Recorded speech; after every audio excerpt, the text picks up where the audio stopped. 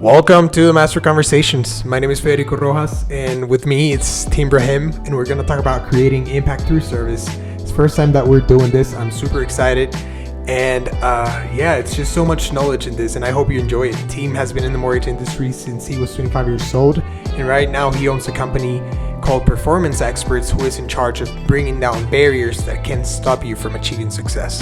So I hope you enjoy it, and we'll talk soon. To me, it's been, it's a pleasure to be able to have this conversation and finally meet you, right? I think everything has been via voice messages and text, and not even video. So I just look forward to the day that I meet you in person, but thank you so much for this time. It's really my pleasure, and thanks for asking me to do this. It's always an honor. I always feel, sometimes I pinch myself and say, well, how lucky am I that people even care what I have to say? So thanks a lot for honoring me, man. No, thank you. I think we're in an industry that since we wake up until we just go to bed, we're doing service. We're serving people, right? Even, our peers, our coworkers, the people that we, in my case, the real estate agents that I work with, we're always serving, right? We're giving our energy. We're giving a piece of who we are, right? And there's not one of the best people I know that have been doing this for almost his entire life. It's you, right? You've been in the serving and being there for people and supporting different, the real estate industry, the mortgage industry, and I know you're doing great things for different communities. So I wanted to know what's your opinion on how service it's on our day-to-day in the mortgage industry and in the real estate industry? I think that's listening to you, start things off, Federico, and what you just shared. There's a phrase that I like to use that I learned when I was getting my master's degree in spiritual psychology. And the phrase was, how you relate to the issue is the issue. And in your share about how we wake up every day and all day long we're serving people.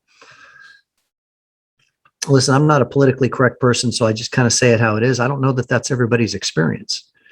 I know that at times it hasn't been my experience. I mean, even though technically I am serving people, I have been in service my whole life, like as first in finance and then as a teacher and now as a coach. But one can be doing service related activities, but if their inward experience isn't that of serving, and if it's not coming from their heart and it's coming from an egoic place, then it's actually not service for them. It may be service for the receiver, but I'm kind of interested always in looking at what's my experience, the objective here is to have a beautiful life and a joyful life. Then it's not selfish to be looking at what's my experience when I'm engaged in the activity. So I think getting really clear on your intention behind the activity that you're engaged in is really important. And if your intention is to make more money, and that's your only intention, then you're probably not having a service experience, right? Now, I'm not saying that your intention can't be making more money. I'm just saying that you can hold more than one intention. Right. So if your intention is dualistic and you have an intention of providing for your family and making more money and serving them and serving yourself, but simultaneously doing right by others, then I think your inward experience is a very different one. And this is the thing that, you have so many examples of extremely wealthy people who have made millions and millions and millions of dollars. And they get into their later years of life and all they want to do is give it away. All they want to do is serve, because what they come to realize is that the money isn't giving them the fulfillment that they're seeking. Mm. The money doesn't stroke the violin strings of the heart, helping another human being does. Because see, it's in serving another human being that we really are reminded of who we are. but I'm not going to speak to it in any detail. And I want to share with you why, because I think it kind of ties into what we're talking about here very much is, we've been doing stuff together for 10 years. Right. And we've helped a lot of people. And in the third year of doing our project, some of my clients referenced a real opportunity to blow this thing up. They were like, hey, what if we go to our Facebook groups and go to our past customer databases and raise X, Y, and Z? I said, no, we're not going to do that. And they were shocked by my decision. And it wasn't even, there wasn't even any consideration. Like I didn't even leave the door cracked open, man. It was like, absolutely not. And here's why. The minute that we turn our internal experiences of serving another outward and use it to bring attention to ourselves, it becomes an egoic experience. And now we've lost the spirit of service. Service is a internal experience only in reality. But I will always say, on this day, the line gets really blurred between who's doing the giving and who's doing the receiving. From an outsider's perspective, I'm giving, but like, that's not really my experience. Like I'm getting, because what I'm getting is the experience of the essence of who I am. Right. I'm getting to experience the magnitude and immense nature of my own love if I'm coming from the right place.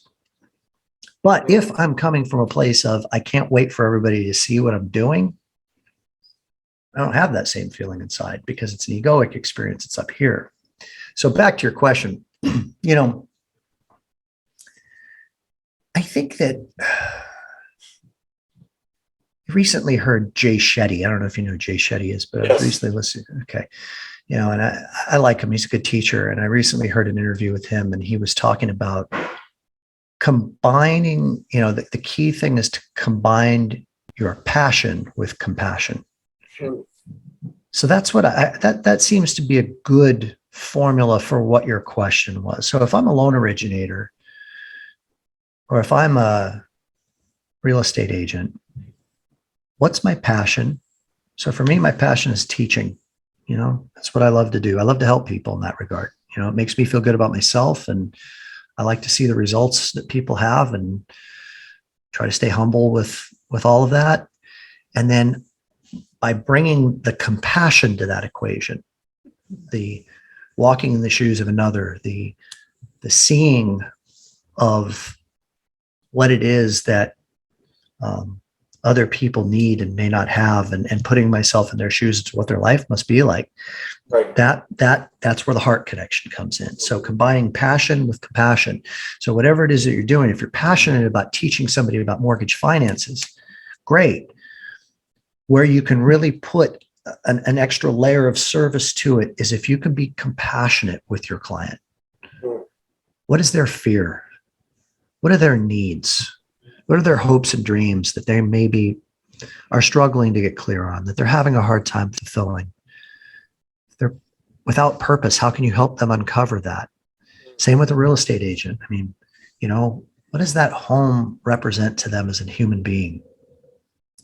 Is it shelter over their head? Is it a neighborhood for their children to play in and form connections? Is it the ability to be living close to open space because that human being is really wound up here and they know that they need to be able to have like a walk in nature on a consistent basis? Like really, really getting into that dialogue with the client to understand what's important to them in their life. Now you're bringing compassion and purpose. Now you're serving.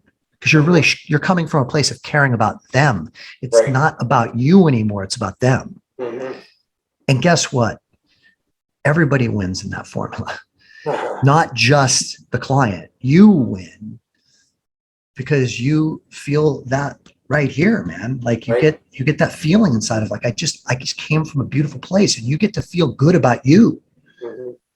There's no escaping when we're coming from our ego. We could kid ourselves all day long. When we're only egoically in our experience, we're miserable. Right. At the end of the day, we're suffering Mm-hmm. because our heart isn't being fulfilled. And we can have all the money in the bank. We could have the production numbers to prove it. We could be the top producer and all that kind of stuff. But if we're hollow in here, then what good is any of that? Right. Right. Sorry, I went off on a tangent there, but no, I love that's my long-winded answer. Love that. And you know, when you were saying that, I was thinking about this phrase that I really try to, you know, apply to my day-to-day living, and it's we rise by lifting others. And it's just a power behind that, right? And a key word to me, which is intentionality.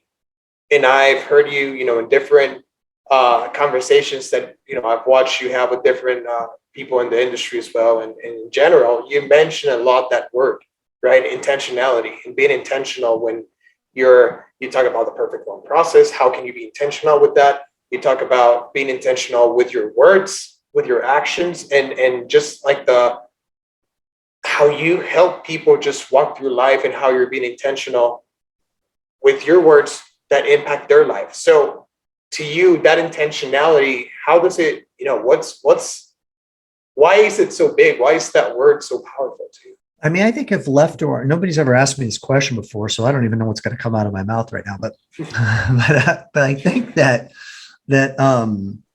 if we don't have clarity of intention, we're all prone to making decisions in our lives that are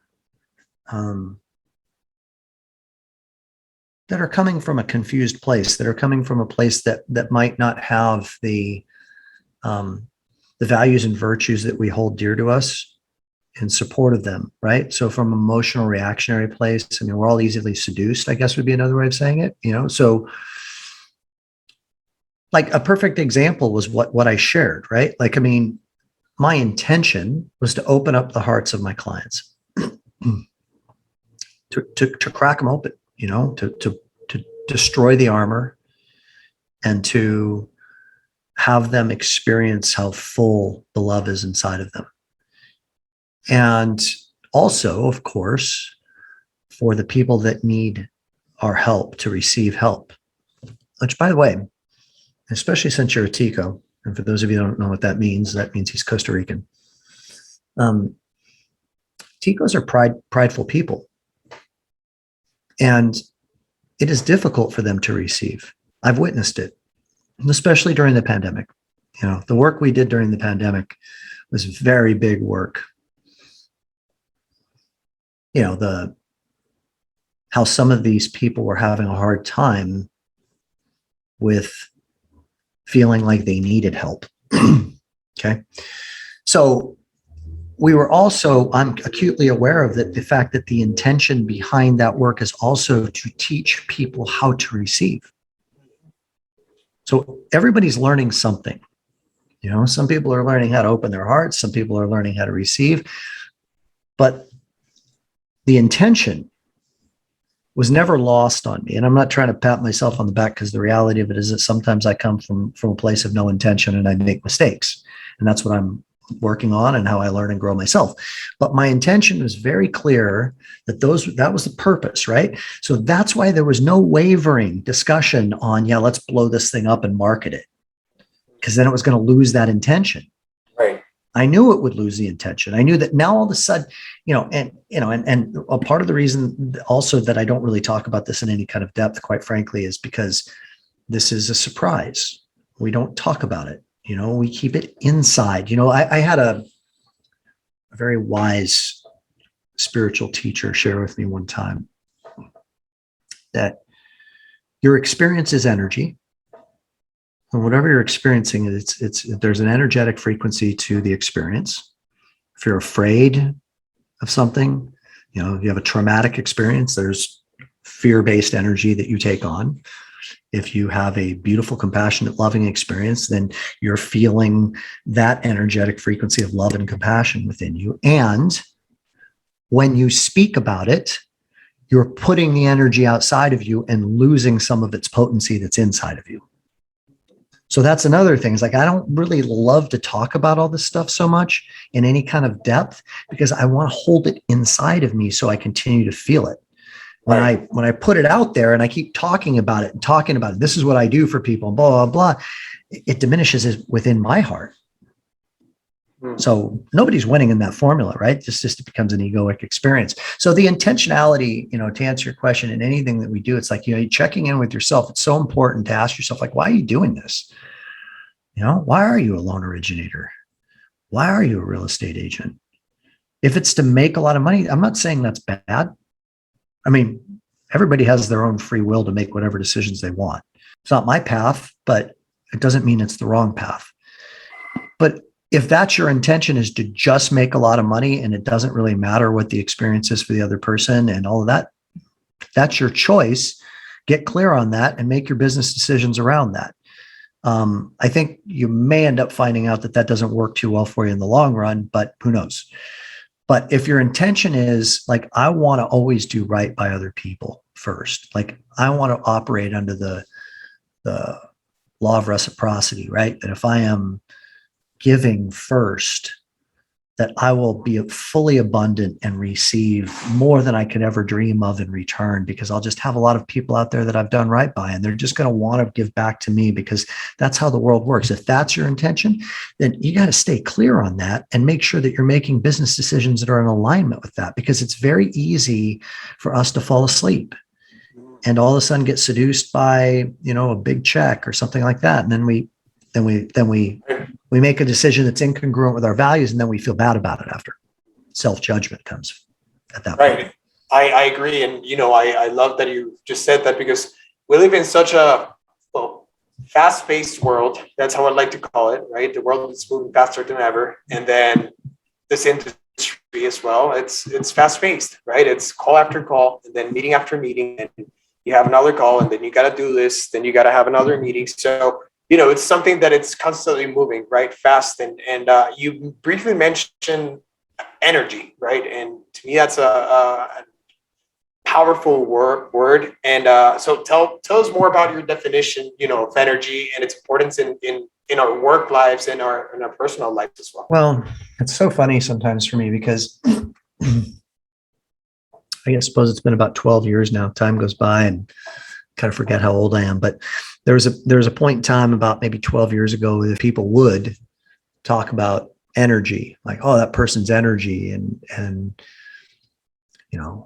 all these types of things. And I'd be like, what the hell are they talking about? Like, that's just, they're weird, I don't buy all that crap. It's so funny to me now when I look back on that as to how unaware that I was, because,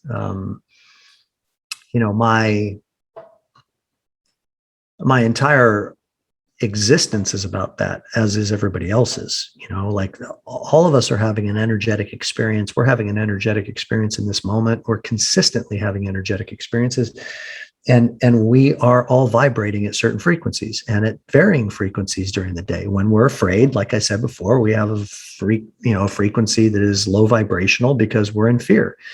And when we're laughing our ass off because we're with one of our closest friends who just makes us laugh from our belly, we're vibrating at a totally different frequency. I mean, just check inside with yourself in those moments and say, is there a difference in what I'm feeling energetically? And it's kind of impossible to deny, when you start looking at it. And, I've studied a fair amount of quantum physics and things like that. So I definitely understand it on a scientific level too, about energetic frequency.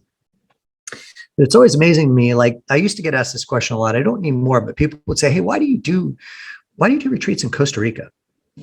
And my answer would always be, and it was a bit snarky, a bit smart ass response, but I would always say, well, you've clearly never been to Costa Rica. And they will, no, I haven't. And I'm like, well, I suppose that until you go there, you'll probably never really know the answer, but here's why. And the answer is because that place vibrates at a different level, bro. Like, I mean, it's just like, I'm going through withdrawals right now. I mean, I've been back, what's today? Today's the 12th. I mean, it's been 13 days since I was there, and I'm still integrating you know, and I live in a beautiful place and on the beach in Southern California and all that. And it's still not, it doesn't vibrate as high here as it does there. I don't know what it is.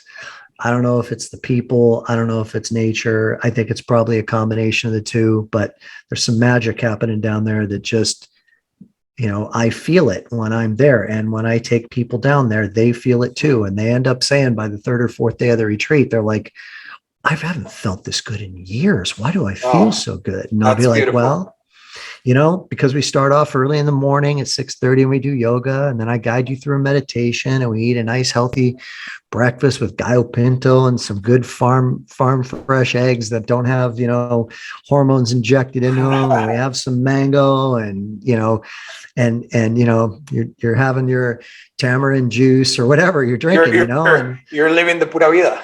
Yeah, living the pura vida, exactly. And then after, you know, that place has a way of just taking you over and making you feel better, and that's energy. And what I mean by energy is, what is the free, like think about it. Like if you go for a walk I'm going to give you 3 scenarios that'll describe energy pretty well for the average person, right? You go for a walk on an absolutely stunning beach that has a lot of foliage, and the sky is you know, littered with big clouds, and there's different colors in the sky. And you check inside and how you feel in that experience. And then I transport you immediately into a city where it's during the pandemic, let's say, or just a circumstance where there's nobody out. And you're walking down the streets of that city, and you check inside and ask, how is this experience different? Okay. And it's greatly different. And then I put you into another city, and it's bustling with people, and people are out and about, and they're selling fruit on the street corners, and you got food trucks, and people are talking and all that. Those are 3 totally different experiences in terms of what you experience inwardly. Like when you check inside, when you quiet this and go in and go, what am I feeling right now? Okay. One of them is tranquil. Another one is dead. There's no life around me. It's just concrete. And then the third one is exciting, right? Because there's humans and they're interacting. And, you know, I think that a lot of people had this experience during the pandemic. They were locked up at home, and I feel so bad for the people that were in rooms that they were working, you know, 60 hours a week, especially in the real estate business. You know, they were working their tails off, and they didn't even have a window to look out. And after a while, it starts to really get dead. Last thing that I'll say about that is, it's actually quite interesting, because I just had this experience yesterday. I was practicing a presentation that I'm going to be delivering from a stage in a few months. And I know this because I've been a speaker for, you know, 25 years, but I don't do a lot of public speaking anymore. In fact, the last time I spoke publicly was probably 2.5 years ago. So it's been a while since I've had this experience, but I'm practicing the presentation, and it's a 30-minute presentation, which isn't that long. And by the 25th minute, man, like I am wiped out. Like I am completely drained. Why? Because I'm talking to 4 walls and I'm by myself. But when I go deliver that presentation in front of 960 people, which is what I'll be doing hopefully in January, if we can have the event, it'll be an entirely different experience for me, because I'll be feeding off of their energy, you know, and there'll be an exchange of energy between me and them. So those are some examples of the term energy and why it's important. And what, I guess one last thing I'll say, I know I keep saying that, but like managing our energy is the single most important thing that any of us can do as human beings. And there's only one person that can manage it. That's you. You're the only person that can govern your own energy, and what you choose to do and what environments you choose to put yourself in have everything to do with that. And sometimes that means working at a different company. And sometimes that means that there's certain people in your life that you can't engage with anymore because they bring you down. You know, and but how we vibrate has everything to do with how people experience us, and it has everything to do with what our experience is of life, you know, which is why I love going down to Costa Rica so much, because I vibrate higher, and then my experience is better. And then my kids and my fiance, they love me more because I'm vibrating higher and they love being around me. You know what I mean? It's like, these are may sound simple, but I think that a lot of people don't realize it. Right. And it's great when you can find those things, right, that will make you vibrate higher. When you're in live and you're walking and you're like, okay, you identify what's bringing you down, you identify what gives you energy, you identify where and with who you feel better, right? And being mindful, which is to me a fantastic word. So we're reading The Art of Communication, and he mentions a lot being mindful, right? Being mindful in everything you do and the words that you speak that will come out of your mouth, and being mindful of peaking where you're going to get that energy from and what you're going to step away on your day-to-day because it's not going to bring you higher. And knowing, because for each of us, it's different. They were telling me about how like you've been playing volleyball with a group of people and you've been enjoying going hiking. So like a part of the process of managing one's energy is knowing thyself. For me, there are probably half a dozen to 8 different experiences that I've identified that are super high vibrational for me.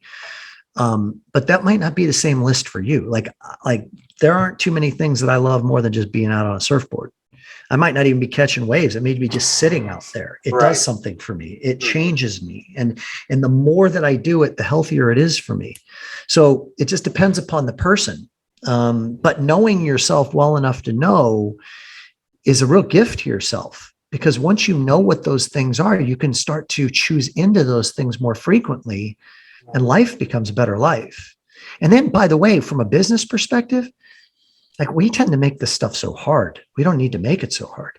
Like, how about identifying the things that you love to do and then working with people that love to do those same things? So like if you're into hiking and you're a loan originator, find real estate agents that love to hike. And go on hikes together a lot. Like I used to have a client, well, I still have him as a client, but I have a client who 5 years ago, we had identified like his great passion is skiing.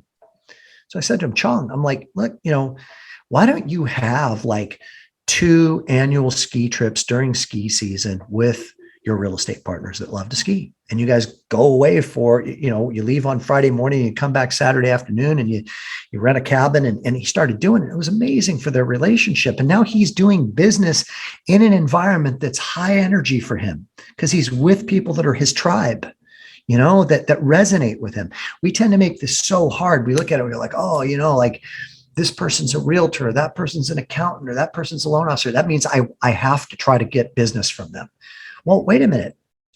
Why don't you just try to get business from people that you can be friends with?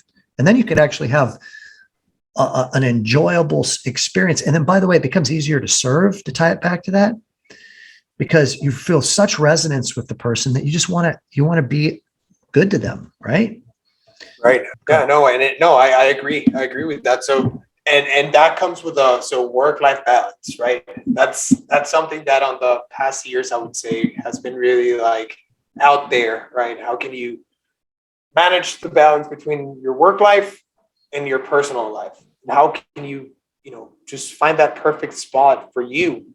So you're mentioning, doing a hike with someone that you would be friends with, but at the same time you would possibly work with, right?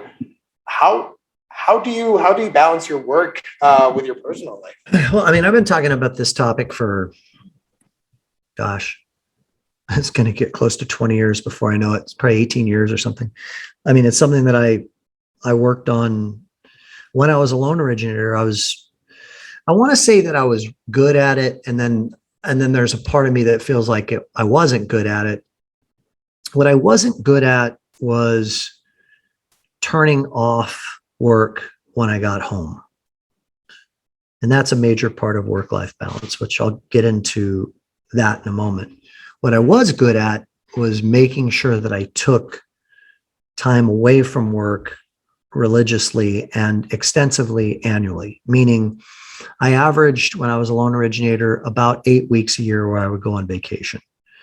And when I was on vacation, I wasn't the guy at the pool and when his kids are swimming in the pool that was on his phone, multitasking and checking emails and all that kind of stuff. People knew like when I'm out, I'm out. Like, Right. please don't contact me, out of office replies on, all of that. Like, so it was forced balance. And I had to learn some lessons about, why it was going to be okay. Like I had to jump into the swimming pool without a life preserver and not knowing how to swim to realize, yeah, my team's fully capable and they can cover me while I'm gone. The coming home from work thing was not my mastery at that time. It's something that I am getting a lot better with now. And I would say, for most people's definition standards, I would imagine that most people would say that I have really outstanding work-life balance. I always am looking as a perfectionist for ways to improve, but yes, it's pretty good. So I think that the first answer to your question is when it comes to taking time off to go on a vacation, let's say. I have always, and I have coached a lot of people to do this, and it works really well for them. I do a couple of things that I think really help. Number one is at the beginning of the year, and it doesn't have to be the beginning of the year, it could be right now, but basically I can tell you every trip that I'm going to take, of which I'd have to count them up, but I'm going to guess there are 7 or 8 that are in my calendar. I could tell you every trip that I'm going to take between now and the end of next spring. They're already booked. They're already in my calendar. I've already purchased the tickets. I've already booked the hotels or whatever. If I'm going to Costa Rica, I'm staying at my house. It doesn't matter, but I'm already my flights booked for Costa Rica for October. I've already got, stuff booked for next spring. Going to Europe in 2 weeks. That's been booked for about 7-8 months now. And that's a part of it's an important discipline, which is I'm going to, because like I said, I've coached a lot of people to do this and it works for them. So I know it's not just me. I get people to decide at least 6 to 9 months out things that they want to be doing. And then I get them to pay for them. And it's not just vacations. So like I have a client who wanted to take on 2 new activities in her life. She just recently got divorced. And she wanted to, we were digging into like, what's passionate for you? And she really loves tennis, although she's not very good at it. And she always wanted to ride horses, even though she had never learned. So I got her to, commit to both and pay fully for both. I said, I don't want you going month to month on the tennis lessons or the horseback riding. I want you to pay for 6 months upfront with both of them. Whether it's financially difficult or not, as long as you can afford it, I want you to do that. Because I know then that you'll do the activity because you're not going to walk away from the money. So we create leverage for ourselves in work-life balance. So that's number one. Number two, and this is a simple little tip, it's an important one. If I'm taking a 7-day vacation, it's an 8-day vacation. If I'm taking a 10-day vacation, it's an 11-day vacation. And what I mean is that I always block the day after as a completely blocked day for me to get caught up, go through my mail, to get my groceries, to check my email, to look at my plan of attack so I can hit the ground running. And the reason that's important is I think that a lot of people, by not having that in their calendar, are thinking about work those last several days of vacation because they know they're coming back to a whole bunch of stuff, right, and they're not prepared for it and they don't have a strategy for it. So I just build a day where I get caught up. And then when I start working again, I'm coming from a more stable place. So that's one thing. I'm going to tell you a quick fable, I guess. I don't know. Maybe it's a true story. Who knows? But so there's an American Indian tribe, okay, that lives on the plains of Middle America. And the men are the warriors. And they go out and they hunt for food. And they go out and they battle for land with neighboring tribes. And when they go out and they hunt for food and they fight neighboring tribes, what they always do is when they're done, they come back and they find a neighboring hillside that's high enough up to where their village can see them, and they set up camp. And they sleep there overnight. And then they wake up the next morning and they light the fire and send off the smoke signal to the women and children that are back in the village that they're now about to come home. And the reason that they do this is because they're acutely aware of the fact that the energy that they need to carry to fight and to hunt is an energy that is not one that they want to be engaging in with their wives and their children. And that they need a transition. They need a resting stop for one night to have their energy settle and for them to prepare themselves to come home in a loving way to their families. Now, it doesn't matter in this metaphor whether it's true or not. I like to think it's true. Even if it isn't, I think it's a great. And even if it isn't, it's symbolically incredibly important, because here's the thing, whether you're a man or a woman, when you go to work, you're engaging in war in some ways, right? You've got to be in your head. You've got to be strategic. You got to think into the future. You got to think out of the box. You're not really getting a lot of practice at presence in a lot of ways. You can if you really have intentionality behind it, but you're out there and you're busy and you're going fast, right? And then you come home and you're on your drive home, you're still talking to people on calls, and you're pulling to your garage and you're sitting there and the car's still running and you're still talking to people. And then finally you're done with it and you check your email and then you walk in the door and it's like showtime. And you're not really giving yourself a fighting chance for success if the intention is to connect with family. So there needs to be that same transition for life balance, right? Like, how do you start your day? First of all, like, I think a morning routine is so incredibly important. Like I have extreme intentionality behind my mornings. Like I don't start working until about 3 hours after I wake up, because I know I need 3 hours for it to be graceful. I always have a good long meditation. I stretch my body to get my energy flowing in my body, which is constricted and tightened up, especially when you're 54 years old and been laying in bed for 8 hours. I like to slowly eat my breakfast, and be mindful with what I'm eating, So then that way, when it's time to turn my brain on, okay, I'm coming from a stable place versus I wake up and I grab this and I immediately oh shit, that's happening. Oh, I forgot that I had to do that. And blah, blah, blah, blah. And now all of a sudden you're stressed out. Mm-hmm. Okay. And you haven't even gotten out of bed yet. Mm-hmm. Okay. And now you're going to have to digest your coffee and your food from a stressed out perspective. Okay. And you're certainly not going to have a good meditation or whatever it is that you do to, start your day. If you go for a walk or whatever it is, you pray. I mean, it doesn't matter. So I have these certain mechanisms that I know myself well enough to know that I need to start my day with. And then there's the transition. So with Liz, my fiance, when I'm like, my life is very different from most people's lives. We live separately and we're together, about half the month. And hopefully that's going to become more and more over time here. But so when I come home to California, where I am right now, we were together for a month in Costa Rica, mm-hmm. and we were super connected, man. It was incredible. And I come home here and it's like work mode. Mm-hmm. Today's the 12th. I've been home for 12 days. I've pretty much worked every day, mixing in some surfing and golf and stuff to, manage my energy. But this Sunday, I'm going to go to Utah and I'm going to see her for a couple of days.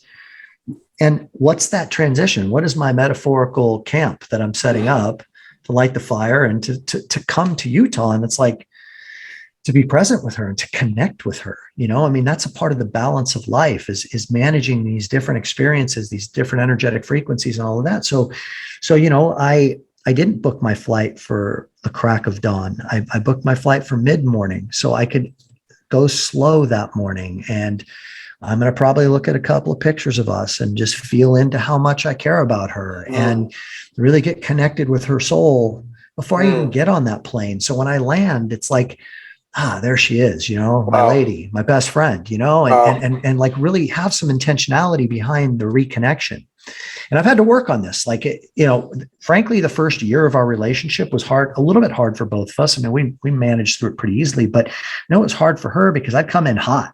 I'd come in hot. I'm still on the phone, right.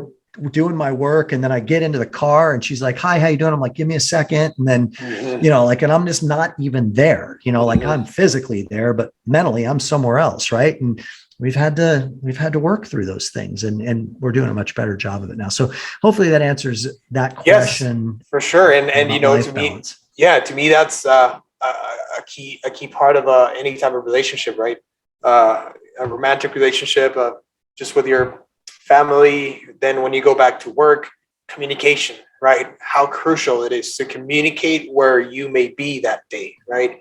Where how you may be feeling, what you're up to, how does the next week looks like, if you're going to be busy, if you're going to be doing this or that. So how do you manage communication in that case? Let me just say one more thing about life balance, and then I'm going to answer the question. Please. So the only thing I would share is that, I think that the mistake that people, mistake's the wrong word. I think the confusion that people have that gets in the way of life balance is they think they're being selfish.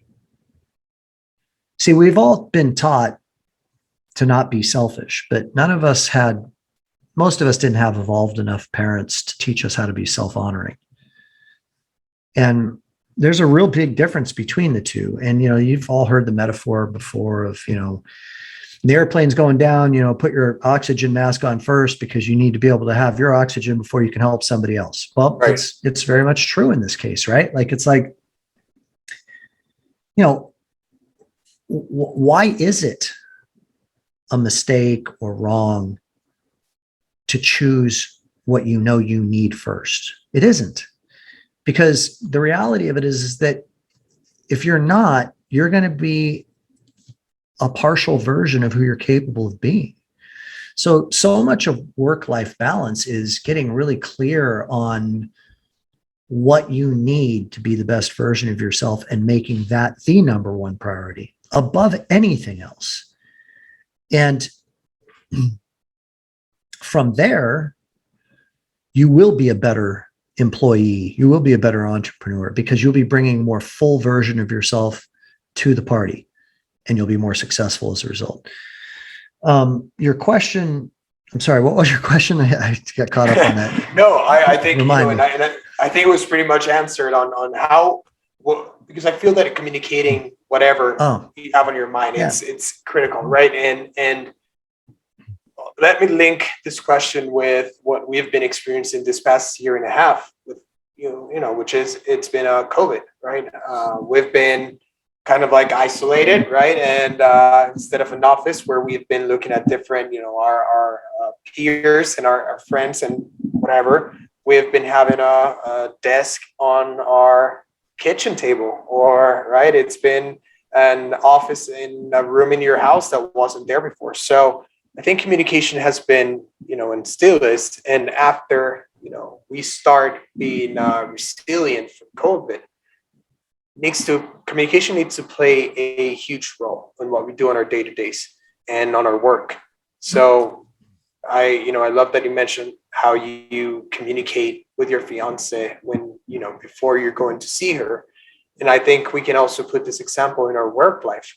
Why is it so important for us to communicate clearly our goals, where we're at, our duties maybe? Well, I think that communication, Federico, is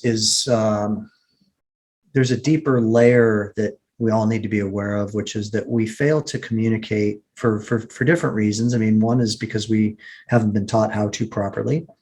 But I think that the bigger reason for most people is because we're afraid to not be liked. So if we think that there's a repercussion to our honesty, then we withhold.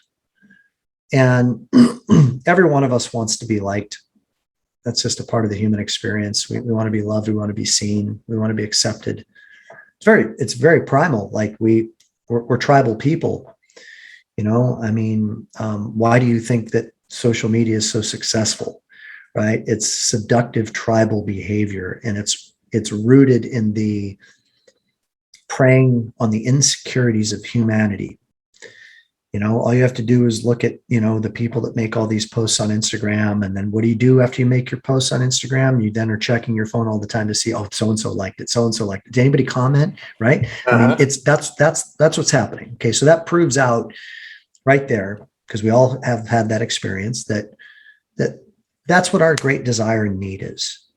So when you talk about honest communication, asking for what you need, being truthful as to who you are, if we have a concern in the back of our mind that it could cause us to fall out of favor, then we start to use strategies to try to communicate the same thing, but not in the most authentic way.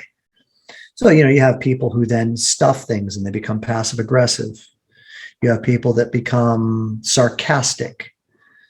And even though it sounds like a joke, there's an underlying truth to the sarcasm.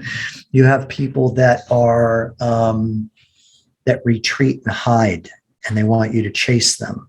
And we've all done these things. So, and me included. So I'm not making fun of anybody. I'm just saying that we adapt. We're very adaptable human beings, and we adapt to,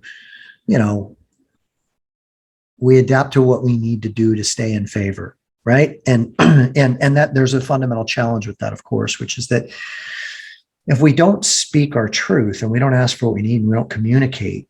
So like with Liz, like when we first started seeing each other, 2 years ago, I'd been single for a long time. And I told her at the very beginning, I had made my mind up that I'm going to bravely communicate in the next relationship that I'm in. And one of the things that I told her is I said, there's something you need to know about me, and it may or may not be okay with you.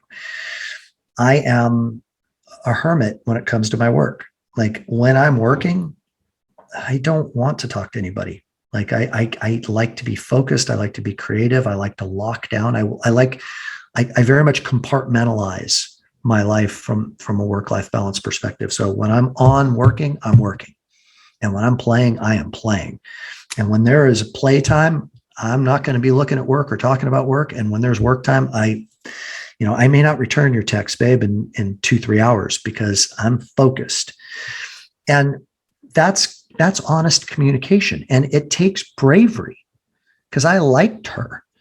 I didn't want her to say, well, that's not going to work for me. But what's the other option? Don't be truthful and then have us have an issue 6 months from now because she's like, this isn't what I signed up for. And thankfully for her and for me, because I think we have a really good relationship, she's on board. And that's the importance of communication, and the importance of communication in business, like I would have real estate agents when I was a loan originator and I learned this lesson over time, but that would ask me for things that I just wasn't wanting to provide. I want you to pay for half of my marketing, or, I want you to take my phone calls at 8:30 at night. And early in my career, I said, okay. And then when I'd get the phone calls and the requests, I'd have to do it and I'd be pissed off about it. Well, shame on me because I wasn't truthful in my communication at the beginning. Over time, I realized, no, I'm not choosing into those. That's not my relationship. That's somebody else's relationship, but it's not mine. And, learning how to bravely communicate sets us up for the opportunity to have a really healthy relationship. And if we, with anybody, with our kids, with our spouse, with our, parents, with our work associates, and when we withhold, we're actually setting up a real strong possibility of a dysfunctional relationship. Resentment will eventually ensue. Right. I agree. Thank you so much. And wow, that's, I'm in this spot right now where I feel like I'm just in this like mastermind class, learning about all these things that you're saying. And I really appreciate everything that you have shared today.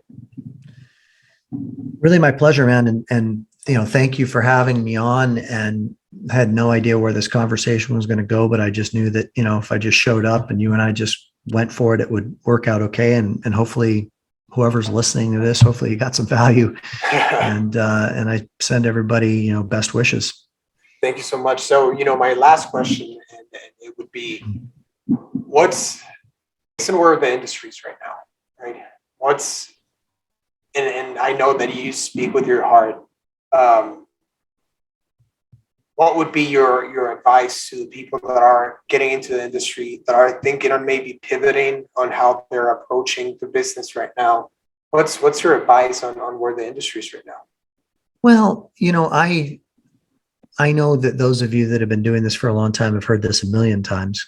But I do truly believe that there is going to be a replacement of some people's jobs vis-a-vis technology. I mean, I think that we've started to see that, not as rapidly as I think most feared.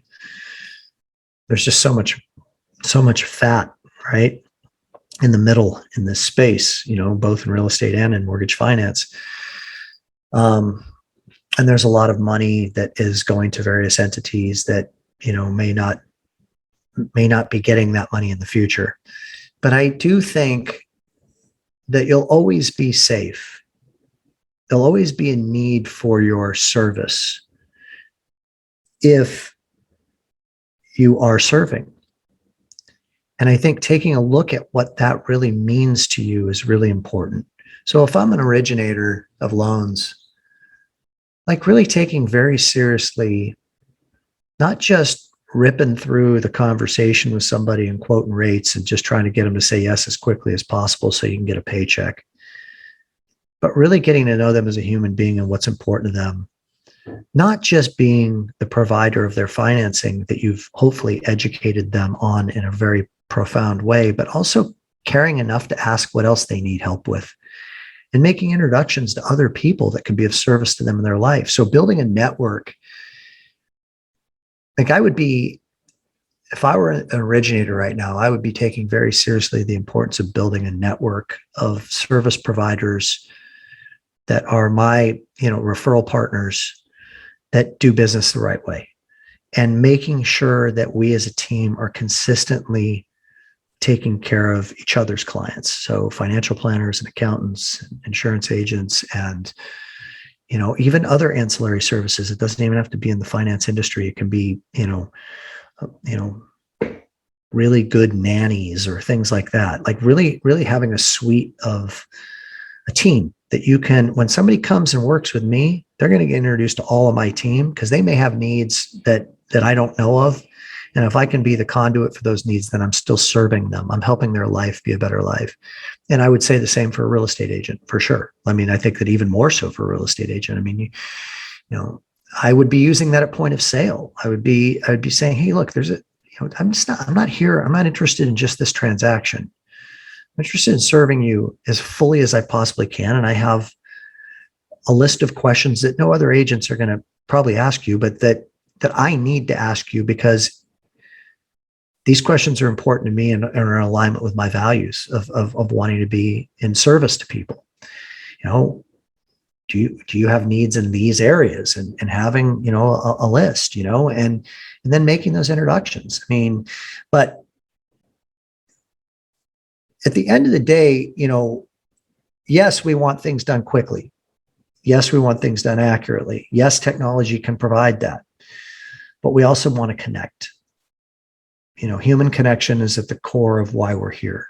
We're tribal people, like I said earlier.